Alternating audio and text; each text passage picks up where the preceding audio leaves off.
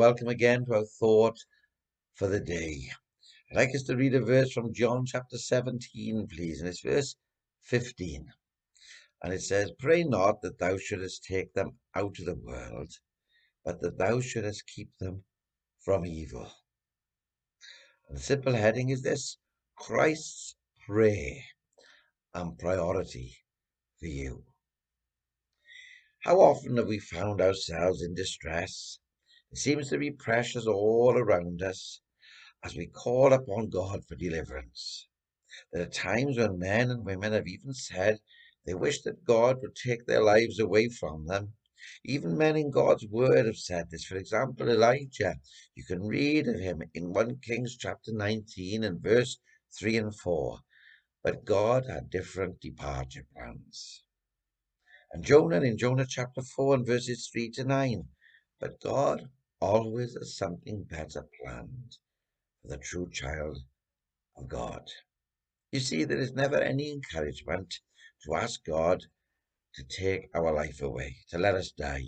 Many Christians wait to die. They find themselves in great trouble and distress and trial.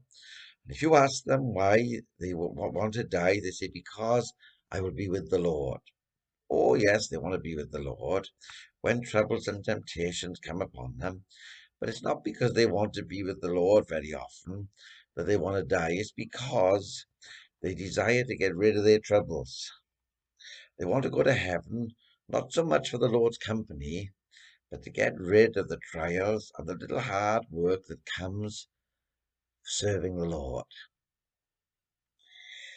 It's quite right, friends, to desire to be with Christ, but his timing is always right. You see, Christ will not answer your prayer to be taken out of this world of trial and trouble, because he has put you into this world of trial and trouble to show his strength and to show his glory to others who are lost and have no hope.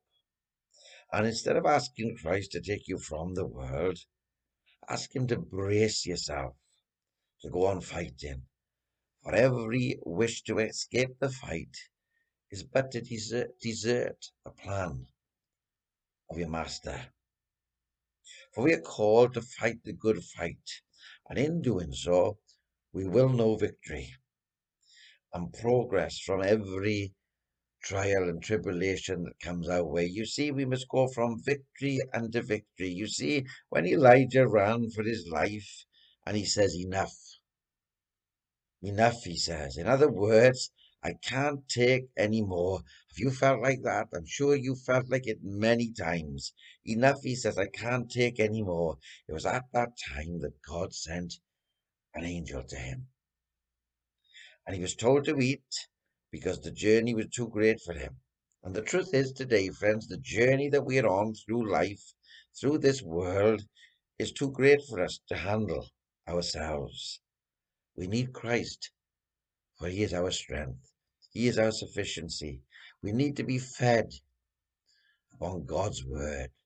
We need to read his word and to seek his face. And as we do so, we will feast upon the word of life. We will be strengthened and we will finish that race that is set before us. You see, God has his departure planned. And it was so that God would collect Elijah. And he would collect him in a chariot of fire to take him home at the right time to enter the presence of his master.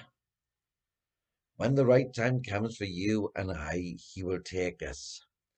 And we will come into his presence. And we'll be able to say that Jesus has led us and kept us all the way. Whatever the day holds, remember, he is with you. Trust him. He will not fail. God bless you.